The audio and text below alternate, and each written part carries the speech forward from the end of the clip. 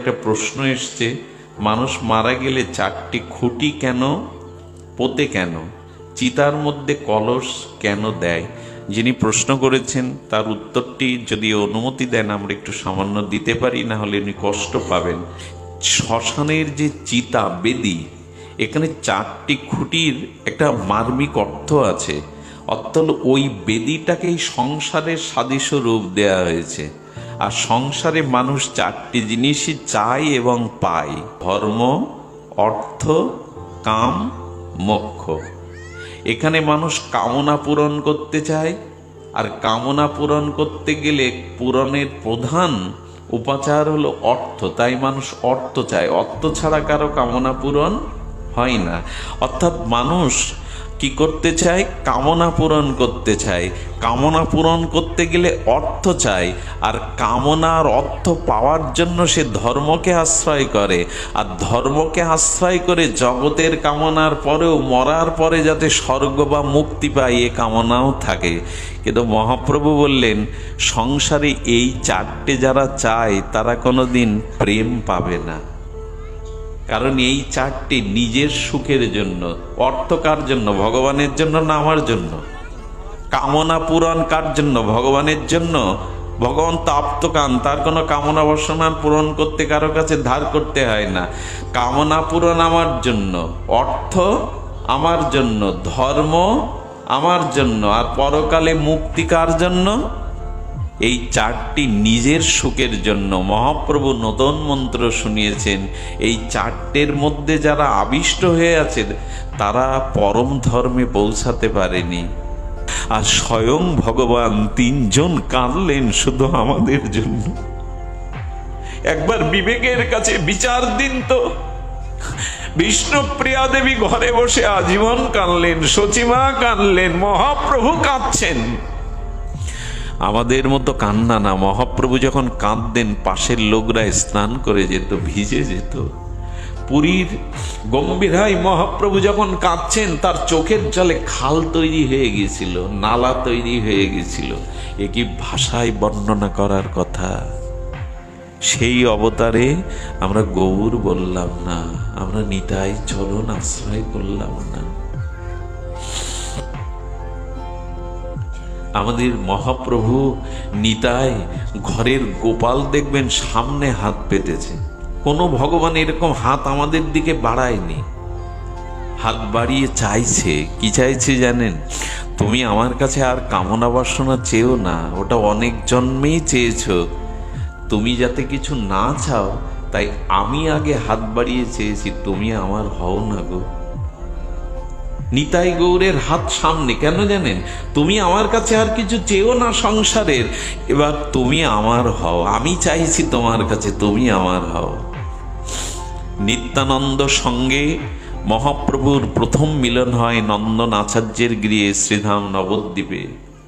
ধাম শিরোমণি নবদ্বীপে যখন দেখা হয় তখন নিত্যানন্দ আবেশে বলরাম যেন প্রশ্ন করছে তার ভাই কানাইয়ের কাছে, হ্যাঁ কানাই, তুই তো বড় চঞ্চল ছিলি, সারাদিন দৌড়াতিস গোষ্ঠে, তোর ভিতরে এখন এমন স্থির ভাব কেন? মুখে প্রশ্ন করছেন না, অন্তরে প্রশ্ন করছে। যেন বলরাম আবেশে নিত্যানন্দ কানাই ভেবে গৌরকে প্রশ্ন করছে, তুই যে ব্রজে খুব দৌড়াদৌড়ি খেলছিস, চঞ্চল হয়েছে, এখন দেখছি নীরব শান্ত কেন? মহাপ্রভু মনে মনেই উত্তর দিচ্ছেন। মহাজন আমাদের তুলে ধরেছেন গৌর আর নিতাইয়ের অনুভূতি লব্ধ মনের কথা। বললেন, দাপরে খেলেছিলাম খেলা দৌড়াদৌড়ি।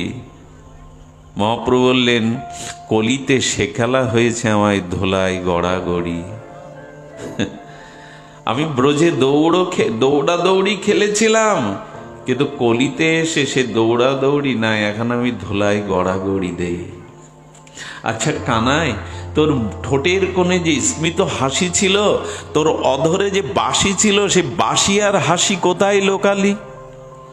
দেখুন এই অবতারের বৈশিষ্ট্য, গৌর অবতারে সে হাসি আর বাঁশি কোথায় লোকালি? যেন কৃষ্ণ আবেশে গৌর বলছেন, দাপরে আমার হাসি এবং বাঁশি কলিতে তাহাই হয়েছে আমার নয়নে প্রেমাশ্রুর রাশি। মহাপ্রভুর কোনো ছবিতে হাসতে দেখেছেন? মহাপ্রভুর বদনে কখনো হাসির ছবি দেখেছেন? নেই। কারণ কি জানেন? তিনি বলছেন দাপরের হাসি আর বাসি ওটাকে এবার নয়নের প্রেম অশ্রু রাশি করেছি। কারণ কি জানেন? নিজে না কাঁদলে অন্যকে কাঁদানো যায় না। কৃষ্ণ বলে কাঁদাবার জন্য, রাধা বলে কাঁদাবার জন্য এসেছিলেন। প্রভু বললেন নিজে না কাঁদলে যে অন্যকে কাঁদানো যায় না, নিজে না মজলে যে অন্যকে মজানো যায় না। নিজে কাঁদছেন। বিষ্ণুপ্রিয়ার ফুলময় শোকসজ্জা ছেড়ে মহাপ্রভু গভীর রাতে সুরধ্বনি গঙ্গার তীরে ফুপিয়ে ফুপিয়ে কাঁদতেন। এই চোখের জলের কোনো মূল্য নেই আমাদের কাছে। অবশ্যই এর মূল্য দিতে হবে, নাহলে এই জীবনে অনেক বঞ্চিত হব আমরা। হেন অবতারে যার রতিনা জন্মিল, হেন অবতারে যার রতিনা জন্মিল, লোচন বলে সেই পাপী এলো আর।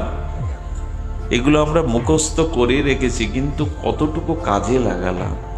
মহাপ্রভু এমনও বলে গেছেন, দিনন্তে যে নিতাই বলে একবার, দিনন্তে যে নিতাই বলে একবার, সে হয় আমার, আমি হই তার। একবার নিতাই বলো, আমি তোমার হয়ে যাব। একবার বলছেন, একবার বলো, একবার নিতাই বলো, আমি তোমার হব, তুমি আমার হবে। এ কথা মহাপ্রভু বলেছেন। দিনন্তে যে নিতাই বলে একবার। আমরা মাঝে মাঝে ব্রজের কথা বলতে গিয়ে, গোবিন্দের কথা বলতে গিয়ে, ভাগবত কথা বলতে গিয়ে মহাপ্রভুর কথা আমরা যদি এড়িয়ে যাই, এটা আমাদের যথাযথ নির্ণয় নয়। কারণ ভাগবতের চরম, বৃন্দাবন লীলার চরম প্রাপ্তি হলো গৌর লীলাতে, নবদ্বীপ লীলাতে। আমাদের এমন বান্ধব নিতাই বিনা আমাদের কোনো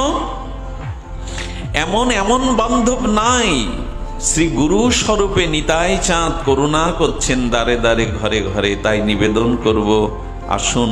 আমি প্রথমেই বলেছিলাম, এই পৃথিবীতে আপনাকে যারা ভালোবাসে মনে করেন, তারা তাদের ভালোবাসা, তাদের প্রীতি আপনার কাছ থেকে পাওয়ার জন্যই আপনাকে ভালোবাসে। আপনার প্রীতির জন্য কেউ আপনাকে ভালোবাসে না।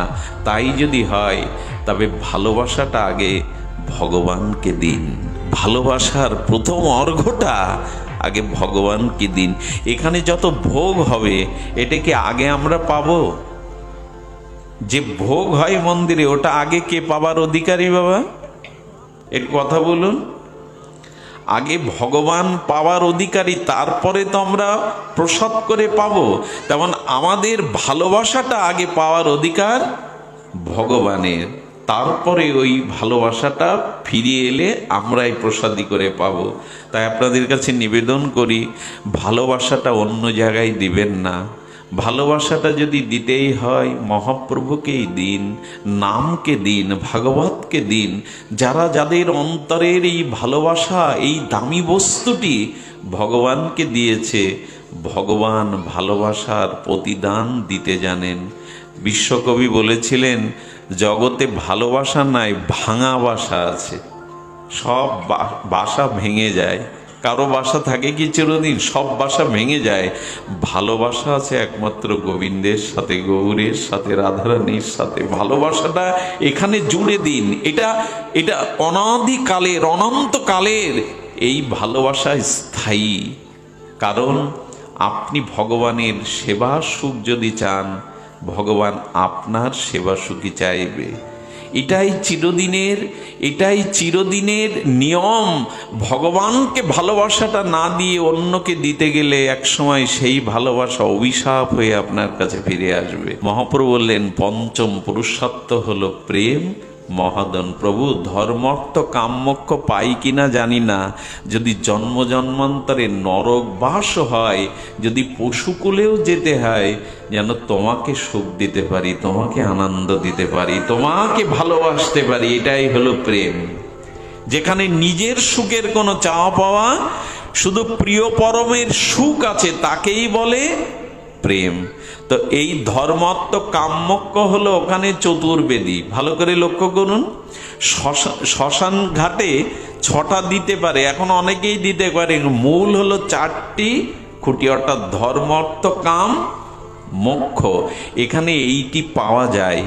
আর কলসিটা মাঝখানে দেওয়ার একটা অদ্ভুত নিয়ম হলো, আচ্ছা এত কিছু থাকতে বৈদিক সংস্কারে কলসি কেন দেব?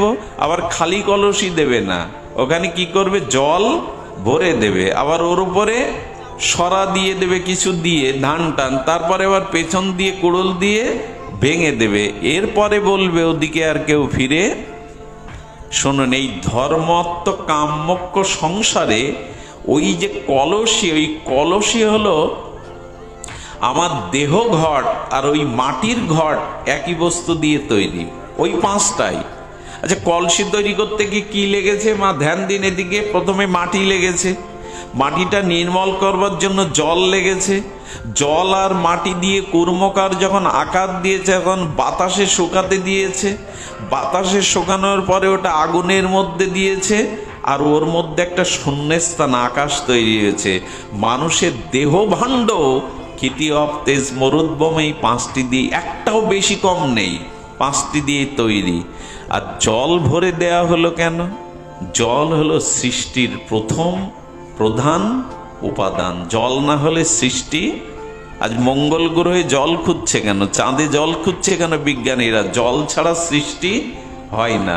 তাই জলের অপর নাম জীবন। অর্থাৎ ধর্মত্ব কাম্যক্ষ এই সংসারের, আর কলসিটা পাশে দেওয়া যেত না, মাঝখানে দিল কেন? ধর্মত্ব কাম্যক্ষ এই সংসারের এই দেহরূপ মাটির ভাণ্ড নিয়ে তুমি এই সংসারের মাঝে এতদিন ছিলে, তোমার ঐশ্বর্যও ছিল, ওই যে পরে সরা দিয়ে দেওয়া হয়, ঐশ্বর্যও ছিল, জীবনও ছিল। এরপরে ঘটনা হলো একটা কোড়াল দিয়ে, অস্ত্র দিয়ে পেছন দিয়ে ভেঙে দেওয়া হয়। এই ভেঙে দেওয়া কোড়ালটার চিহ্ন হলো কাল বা মৃত্যু। আর মৃত্যু কখনো সাল দিন তারিখ জানিয়ে সামনে দিয়ে আসবে না, মৃত্যু তারিখ জানিয়ে আসবে না, সময় জানিয়ে আসবে না। এই জন্য ওই কোড়ালটা কালের প্রতিকার, পেছন দিয়ে ভেঙে দেওয়ার অর্থ হলো মৃত্যু কিন্তু তোমাকে জানিয়ে, খবর দিয়ে, চিঠি লিখে আসবে না। যখন ভেঙে দিল তখন কি হলো? ভাঙা কলসি পড়ে থাকলো, জলগুলো। এই দেহ যেদিন মৃত্যু এলো, কাল এলো, সেদিন দেহটা পড়ে থাকলো, আর আত্মাটা জলের মতো সূক্ষ্ম আকারে চলে গেল। এর পরের কথাটা আজকের কথার সার কথা। গোবিন্দ তখন বলছেন, ভগবানের আর এক নাম দীনবন্ধু। কি বলে গোবিন্দের আর এক নাম? হে কৃষ্ণ করুণা সিন্ধু দীন। এই দীনবন্ধু বানানটা দয় দীর্ঘি দন্তান্ন, দয় রস্যি দিন মানে আজকে যে দিন চলে গেল দিবস, আর দয় দীর্ঘি দিন মানে যেদিন কেউ নেই আমার, আমি সব হারা, স্ত্রী নেই, পুত্র নেই, সম্পদ নেই, দেহ নেই, কেউ নেই, সেই দিনই আমি প্রকৃত দিন হয়ে গেলাম। এই জন্য বললেন, ওই দেখো দীনবন্ধু গোবিন্দ ওপার থেকে বললেন, ওই দেখো স্ত্রী পুত্র, গরুগুলো গোয়ালে বাঁধা আছে, টাকাগুলো সিন্ধুকে ব্যাংকে আছে, সোনাদানা অলংকারগুলো হাত থেকে, বালাগুলো আংটিগুলো খুলে নিয়েছে, আর স্ত্রী চৌকাট পর্যন্ত এসেছে, বন্ধু বান্ধব শ্মশান যাত্রায় সবাই আসেনি, যারা এসেছে আদ্যের লোক, এর মধ্যে কাজের দোহাই দিয়ে চলে যাবে। আর সব শেষে বলছে, ওদিকে আর কেউ। গোবিন্দ হাত বাড়িয়ে বললেন, দেখ আজ আর তার কোনো সাথী নেই, আজ তোর চলার পথে কেউ হাত ধরবে না রে। আজ এপার থেকে আমি দাঁড়িয়ে বলছি, আয়, আমি দীনবন্ধু, আমি তোর শেষের দিনের বন্ধু, আমি ছাড়া তোর হাত ধরবার কেউ নেই। এই জন্য ওই মহা সিন্ধুর ওপার থেকে দীনবন্ধু গোবিন্দ গৌর হরি হাত বাড়িয়ে বলবে, আয় ঘরের ছেলে, ঘরে আয়, আর কত ভূতের বোঝা বইবি, আর কত ভূতের ব্যাগার খাটবি, আমি দাঁড়িয়ে আছি তোর জন্য, ঘরের ছেলে ঘরে আয়। এই দীনবন্ধুর কথা ভাববো না? এই দীনবন্ধু স্মরণ নেব না? যদি না নেই বড় ক্ষতি হয়ে যাবে, বড় ক্ষতি হয়ে যাবে। তাই আজ এই সেবকবৃন্দ তৃতীয় দিবসব্যাপী যে হরিকথার আয়োজন করেছেন, এই হরিকথার সার্থকতা হোক, পরিপূর্ণতা আসুক। আমরা জীবনের কপটতা ভুলে ভগবানের চরণে আশ্রয় নেই, এই সংকল্প রেখে প্রশ্নকর্তাকে সাধুবাদ জানিয়ে আপনাদের স্নিগ্ধ পরম উপস্থিতিতে আজ পরিপূর্ণতা পেল এই ভাগবত।